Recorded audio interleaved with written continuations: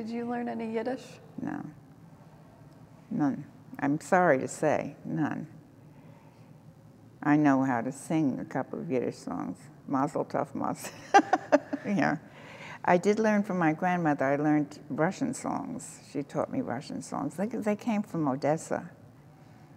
So, voteta ulisa, voteta rom, voteta parishna shoya dugam, voteta ulisa, voteta rom, voteta parishna da. I learned that from her. Where is the house? Where is the home? Where is the neighborhood that I come from? Here is the house. Here, that's the song, yeah. But she lived with us. In those days, you had your grandmother live with you. My mother had her, and she fought with Luther about who would pay for what. And I loved her. I really loved my grandmother.